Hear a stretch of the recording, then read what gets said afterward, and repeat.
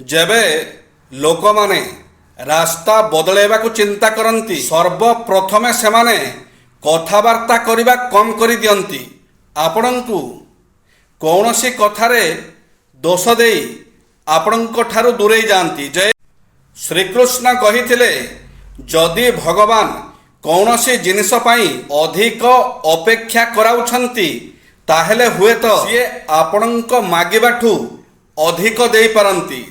କ୍ଷମାର ଯୋଗ୍ୟ ସିଏ ହୋଇଥାଏ ଯିଏ ଅଜାଣତରେ ଭୁଲ କରିଥାଏ, କିନ୍ତୁ ଯିଏ ଜାଣିଶୁଣି ଚତୁରତାର ସହିତ ଭୁଲ କରେ ସେ କେବେ ବି କ୍ଷମାର ଯୋଗ୍ୟ ହୋଇନଥାଏ।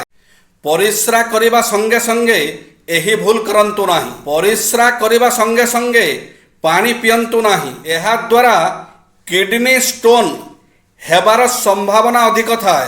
ଖାଇ ସାରିବା ପରେ ପରିସ୍ରା କରିବା ଉଚିତ, କାରଣ ଏହା କଲେ କିଡନୀ ରୋଗ ହୁଏ ନାହିଁ। ରାତିରେ ଶୋଇବା ପୂର୍ବରୁ ପରିସ୍ରା କରି ଶୋଇବା ଉଚିତ। ଜୟ ଶ୍ରୀ ଜଗନ୍ନାଥ।